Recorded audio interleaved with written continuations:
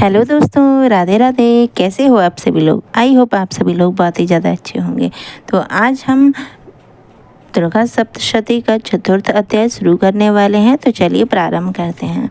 महर्षि बोले, उष्ट दुष्ट आत्मा परम बलशाली महिषासुर और उनकी सेना की देवी ने मार डाला। तब समस्त इंद्रादिक देवगण प्रसन्न हो सिर और मस्तक झुकाकर भगवती की स्तुति करने लगे। जिस भक्ति की से शक्ति से यह संपूर्ण विश्व उत्पन्न हुआ है, जिनकी समस्त देवता और महर्षिगण पूजा करते हैं, ऐसी जगदम्बिका को हम भक्ति पूर्वक प्रणाम करते हैं। वह हमारा कल्याण करें।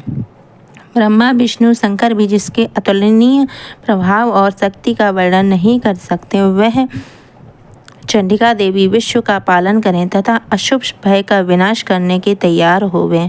जो पुण्यात्मा है और उनके घर में आप लक्ष्मी का रूप हो, पापियों का यहाँ दरिद्र रूप हो, शुद्ध हृदय वालों के हृदय में बुद्धि का रूप हो, श्रेष्ठ हृदय के यहाँ श्रद्धा रूप और सत्कुल के उत्पन्न होने के यहाँ लज्जा स्वरूप हो। हे देवी, हम सब आपको नमस्कार करते हैं। हे भगवती, आप संपूर्ण जगत की रक्षा करो।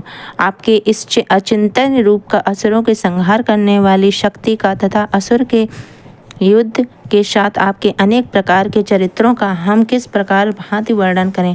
आप त्रिगुणमयी होते हुए भी सारे संसार के हेतु हो। आप में दोष नहीं ज्ञात होते।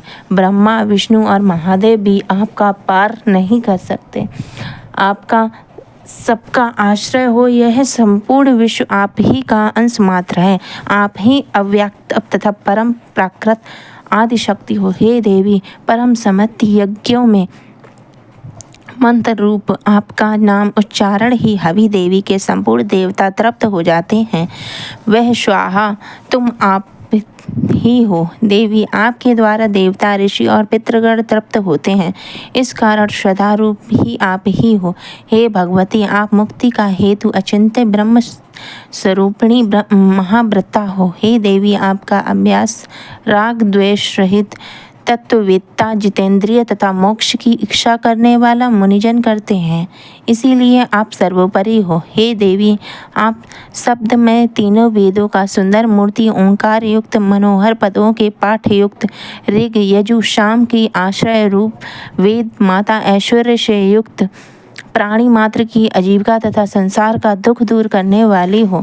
हे भगवती, समस्त शास्त्रों का ज्ञान देने वाली मेधा शक्ति, इस कठिन भव सागर को पार लगाने वाली नौका रूपी देवी दुर्गा आप ही हो। हे देवी, कैटभ विनाशी भगवान विष्णु के हृदय के पास करने वाली लक्ष्मी और महादेव जी के सम्मान प्राप्त गौरी स्वरूपा आप ही हो।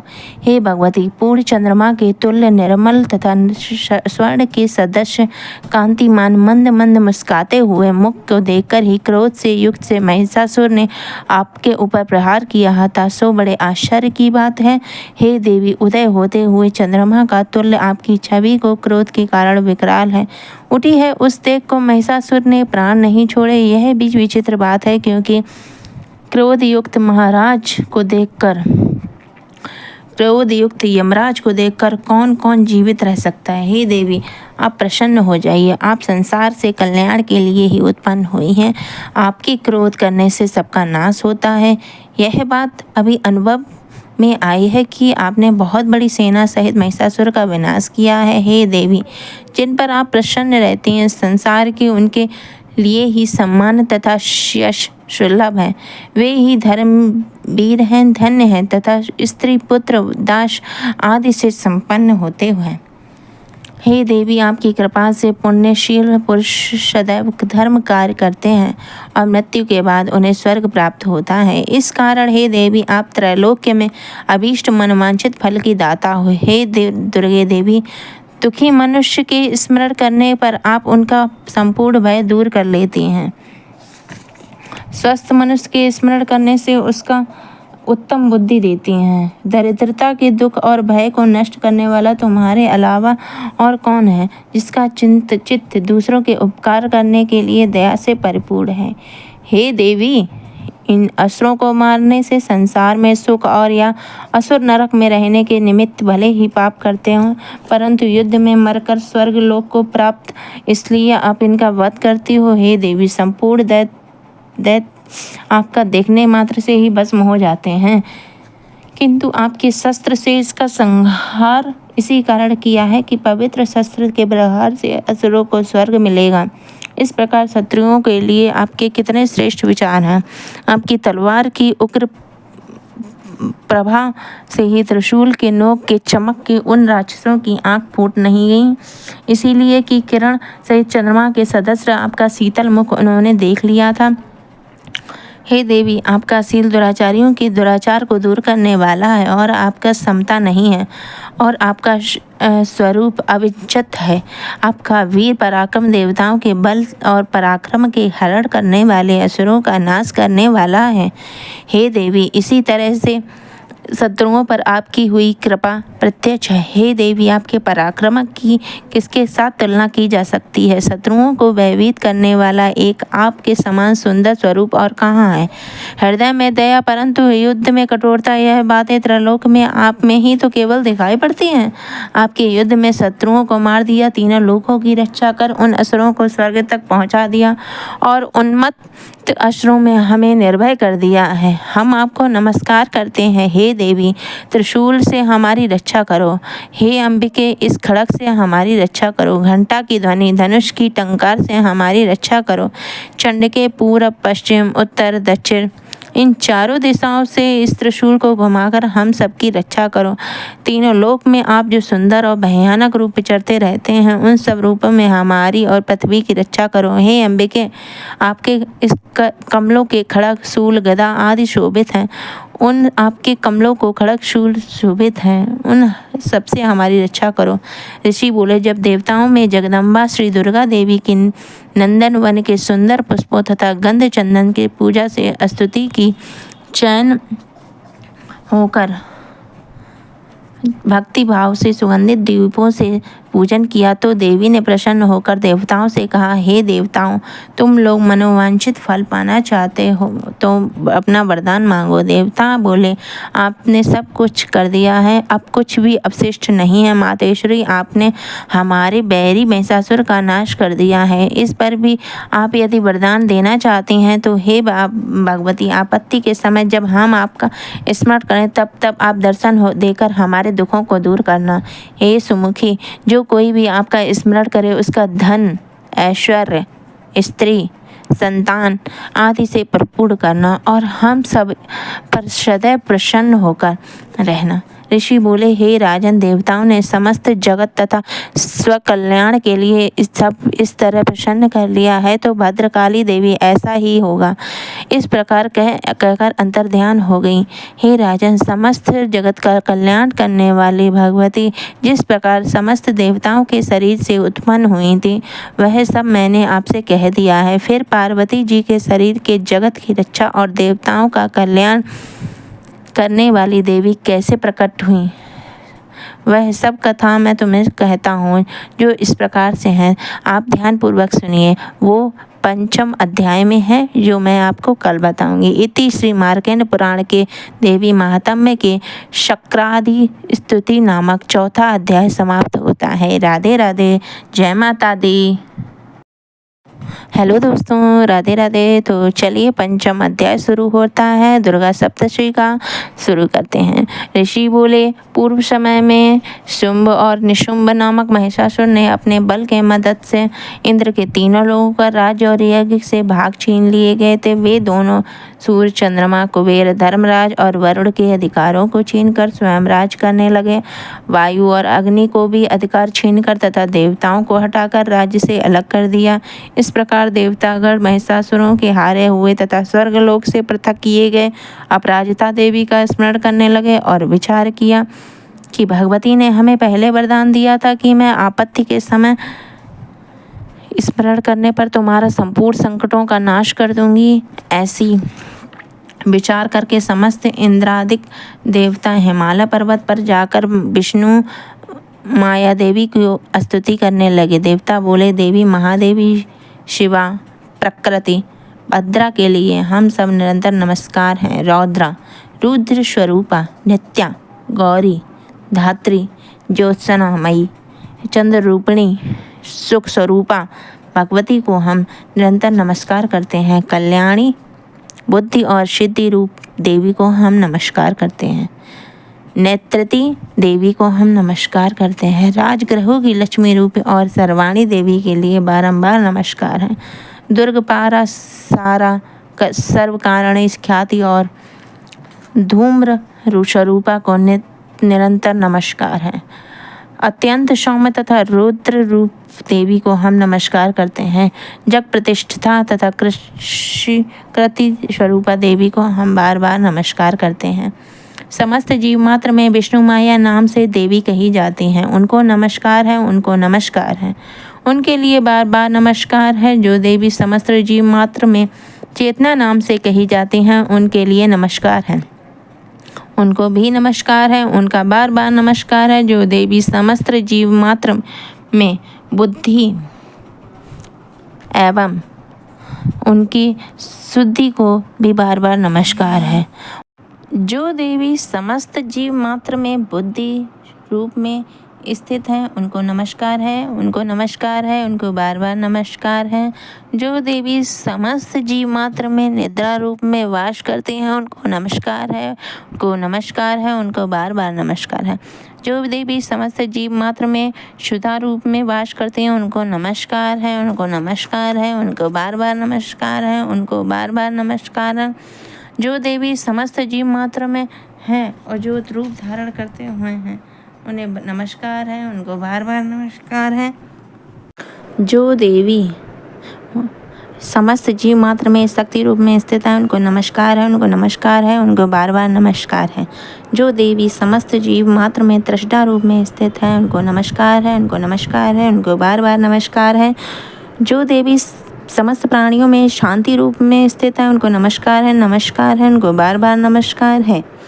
जो देवी समस्त प्राणियों में जाति रूप में स्थित हैं, उनको नमस्कार है, उनको नमस्कार है, उनको बार बार नमस्कार है। उनका जो देवी समस्त जीव मात्र में लज्जा के रूप में स्थित है, उनको नमस्कार है, उनको नमस्कार है, उनको बार बार नमस्कार है। जो देवी समस्त जीव मात्र में शांति रूप में स्थित हैं, उनको नमस्कार है, उनको नमस्कार है, उनको बार बार नमस्कार है। जो देवी शांति के रूप में श्रद्धा के रूप में स्थित हैं, उनको नमस्कार है, उनको नमस्कार है, उनको बार बार नमस्कार है। जो देवी कांति के रूप में स्थित है, उनको नमस्कार है, उनको नमस्कार है, उनको बार बार नमस्कार है। जो देवी समस्त जीव मात्र में लक्ष्मी के रूप में स्थित हैं, उनको नमस्कार है, उनको नमस्कार है, उनको बार बार नमस्कार है। जो देवी समस्त जीव मात्र में वृंति के रूप में स्थित हैं, उनको नमस्कार है, उनको नमस्कार है, उनको बार बार नमस्कार है। जो देवी समस्त जीवात्मा में स्मृति के रूप में स्थित है, उनको नमस्कार है, उनको नमस्कार है, उनको बार बार नमस्कार है। जो देवी समस्त जीवात्म के दया के रूप में स्थित है, उनको नमस्कार है, उनको नमस्कार है, उनको बार बार नमस्कार है। जो देवी तुष्टि रूप में स्थित है, उनको नमस्कार है, उनको नमस्कार है, उनको बार बार नमस्कार है। जो देवी समस्त जीव मात्र में माता के रूप में स्थित है, उनको नमस्कार है, उनको नमस्कार है, उनको बार बार नमस्कार है। जो देवी समस्त जीव मात्र में भ्रांति के रूप में स्थित है, उनको नमस्कार है, उनको नमस्कार है, उनको बार बार नमस्कार है। जो देवी समस्त इंद्रियों के रूप में स्थित हैं, अखिल जीव मात्र में अधिष्ठात्री हैं, समस्त जीव मात्रा में निरंतर व्याप्त रहती हैं, उनको नमस्कार है, उनको नमस्कार है, उनको बार बार नमस्कार है। जो देवी इस समस्त संसार में चैतन्य रूप में व्याप्त हैं, उनको नमस्कार है, उनको नमस्कार है, उनको बार बार नमस्कार है।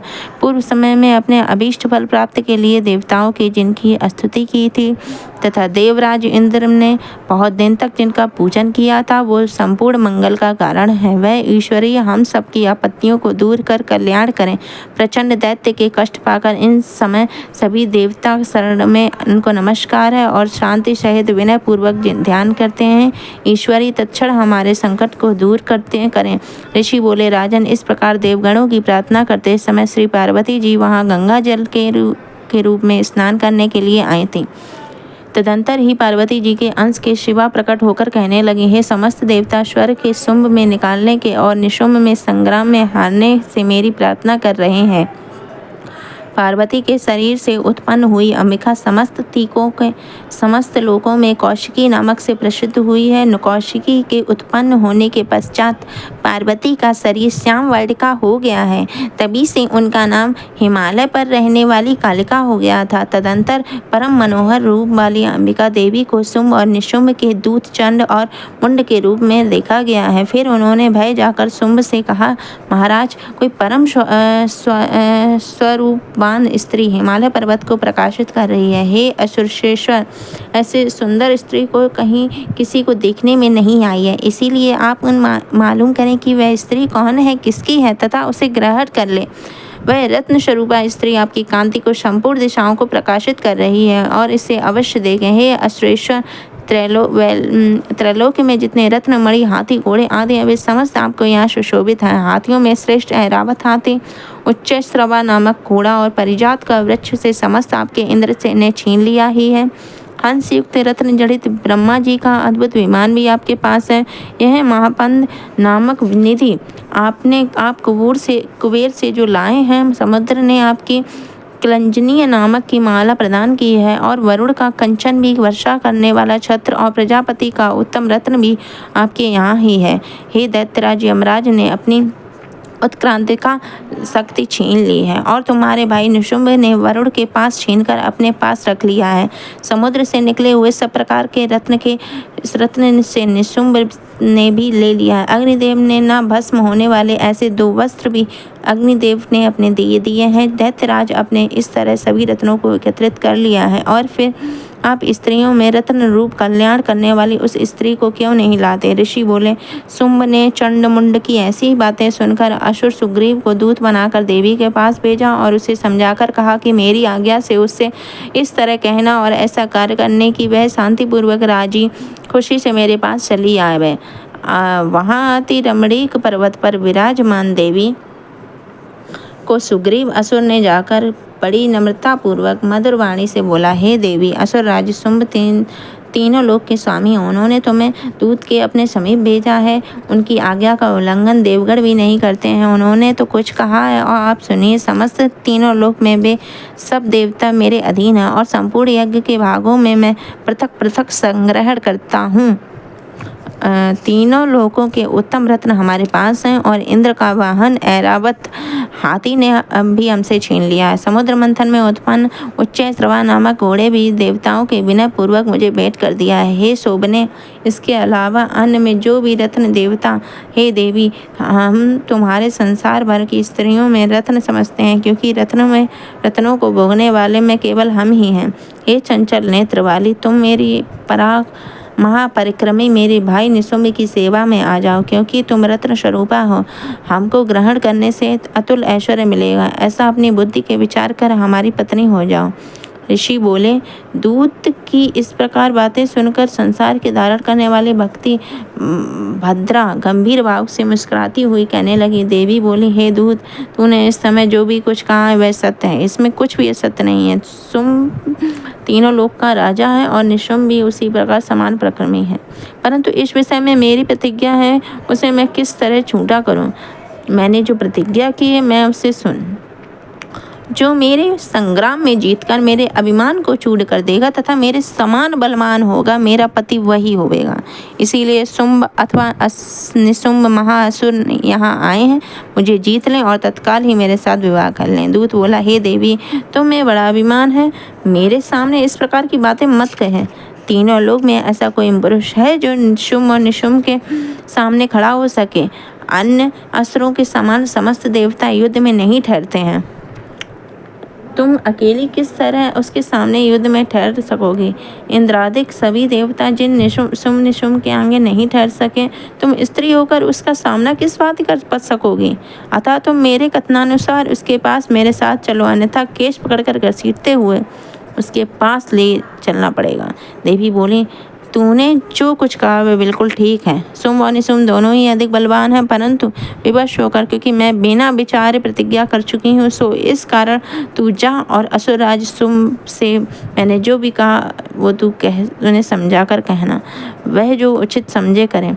इति श्री मार्कंड पुराण के देवी महात्म्य के देवदूत संवाद नामक 5वां अध्याय समाप्त होता है। तो जय माता दी, राधे राधे दोस्तों। ये हमारा 5वां अध्याय समाप्त होता है, 6ठा अध्याय शुरू होना। माता दी दोस्तों, अब हमारा दुर्गा सप्तशती का 6वां अध्याय शुरू होने वाला है। तो चलिए प्रारंभ करते हैं। ऋषि बोले, देवी का यह कथन सुनकर क्रोधयुक्त दूत ने दैत्यराज शुंभ के पास जाकर संपूर्ण कथा विस्तार पूर्वक सुना दी। तब दूत ने सब बातों को सुनकर असुरराज ने क्रोधित होकर असुर सेनापति धूम्रलोचन से कहा, हे धूम्रलोचन, तुम शीघ्र ही अपनी सेना सहित वहां जाओ और उस दुष्टा का केस पकड़कर घसीटते हुए बलपूर्वक यहाँ ले आओ। यदि उसकी रक्षा करने से कोई देवता, यक्ष या गंधर्व आवे तो उसे अवश्य मार देना। ऋषि बोला, इस प्रकार शुंभ की आज्ञा लेकर धूम्रलोचन 60,000 असुरों को सेना लेकर वहां शीघ्र ही पहुंच गया और देवी को देखकर ललकार कर कहा, तू बहुत शीघ्र शुंभ और निशुंभ के समीप चली जा। यदि तू प्रसन्नतापूर्वक नहीं चलेगी तो तेरे केस पकड़कर घसीटता हुआ ले चलूंगा। देवी ने कहा, दैत्येश्वर ने तुझ बलशाली को भेजा है। यदि तू मुझे बलपूर्वक ले जाएगा तो मैं उस समय तेरा क्या कर सकती हूँ। ऋषि ने कहा, देवी के ऐसे कहते ही धूम्रलोचन देवी के आगे दौड़ा तो उसी समय अंबिका के हुंकार से उस असुर को भस्म कर दिया। तदंतर असुर सेना असंत क्रोधित हो देवी की तरफ बढ़ी। तब देवी बड़े तीखे बाण, शक्ति तथा फर्शों के साथ वर्षा करने लगी। इतने ही में ही देवी का वाहन सिंह गर्दन से बाल हिलाता हुआ, क्रोध से भयंकर गर्जना करता हुआ असुर सेना पर झपटा। उसने कितनों के पंजों से कितनों के मुख तथा होठ तथा दाढ़ के घायल करके मार दिया था। उसने अपने नखों से कितने के असुर को पेट फाड़ दिए थे और पंजों से मारकर कितने ही असुरों को सर से धड़ से अलग कर दिया था। कितने असुरों की भुजाओं और सिरों को काट डाला है और गर्दन से बालों को हिलाता हुआ कुछ दैत्यों ने उदर को फाड़कर रक्तपान करने लगा। उस महाबली सिंह ने क्षण मात्र में असुरों को समस्त सेना को धराशाही कर दिया। शुंभ ने उस समय सुना कि देवी को धूम्रलोचन को मार दिया है और उस समय सिंह के समस्त सेना को नष्ट कर दिया है, तो उसने होंठ क्रोध में फड़कने लगे और उसने चंडमुंड नामक महिषासुर की आज्ञा दी, हे चंडमुंड, तुम बहुत बड़े शक्तिशाली सेना लेकर जाओ और वहां से तुम उस स्त्री के केस पकड़कर ले आओ। यदि वह ना आवे तो तुम्हें किसी प्रकार का संदेह नहीं है तो तुम अपनी सेना सहित युद्ध कर उसकी हत्या कर देना और उस दुष्टा तथा उसके सिंह को मर जाने पर भी बांधकर शीघ्र मेरे पास ले आना। इस प्रकार इति श्री मार्कंड पुराण के देवी महात्म्य के धूम्रलोचन वध नामक 6ठा अध्याय समाप्त होता है। जय माता की दोस्तों। जयकारा शेरा वाली का, जोर से बोलो जय माता दी। जय माता की दोस्तों, अब हमारा 7वां अध्याय शुरू होने वाला है दुर्गा सप्तशती का।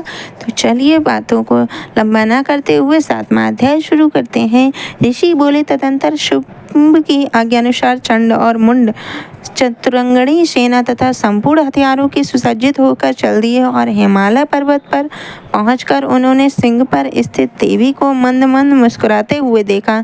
तब वे असुर धनुष और तलवार लेकर देवी की तरफ उस भड़कने के बढ़े। तलवार लेकर देवी ने उसके तरफ फड़कने को बढ़े। तब उन शत्रुओं को इस प्रकार देखा।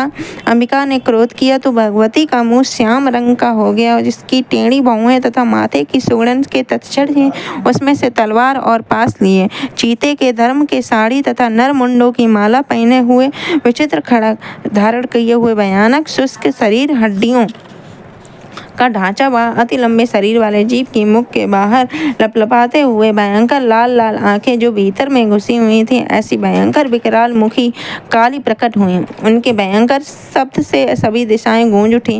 वह देवी असुरों की सेना पर टूट पड़ी और असुर का भक्षण करने लगी। पार्श्व रक्षक अंकुशधारी महावत योद्धा और घंटा सहित हाथियों को हाथ से पकड़ पकड़ कर मुंह में डाल देती थी। इस प्रकार घोड़े, रथ तथा युद्ध करने वाली सारथी समेत थीं। किसी भी केशों को पकड़कर, किसी की गर्दन दबाकर, किसी के पांव को कुचलकर, किसी की छाती से धक्का देकर मार दिया था। उन दैत्यों के द्वारा फेंके गए अस्त्र और शस्त्र और महाशस्त्रों को भी अपने मुख से पकड़कर दांतों से चबाकर चूर कर डालती थी। इस प्रकार दुष्टात्मा बड़े शरीर वाले असुरों को, समस्त सेना को, कितने को तलवारों, कितने को खड़वांग के मार दिया और कुछ दैत्यों को दांतों के अग्रभाग से मार दिया। देवी द्वारा क्षण मात्र में ही असुर सेना का विनाश करते हुए देख चंडमुंड उस अति भयंकर नेत्र वाली काली के सम्मुख बड़ी शीघ्रता से आया और उसने महाभयंकर बाणों की वर्षा करने योग्य मुंड ने 1000 चक्र फेंककर भयंकर नेत्र वाली देवी को ढक दिया। काली देवी ने मुख में प्रवेश करते हुए वे चक्र इस प्रकार सुशोभित हो रहे हैं थे मानो बादलों में सूर्य के बहुतेरे मंडल प्रवेश कर रहे हों। तदंतर अत्यधिक क्रोधपूर्ण हो भयंकर गर्जना करते हुए काली देवी ने विकट अट्टहास किया। उस समय मुख में दांतों की प्रभा से भी अति उज्ज्वल दिखाई पड़ती थी। फिर देवी उठकर हम शब्द का उच्चारण करती थी। तलवार लेकर महादैत्य चंड के पीछे दौड़ी और उसके केस पकड़कर खड़ग के सिर काट लिए।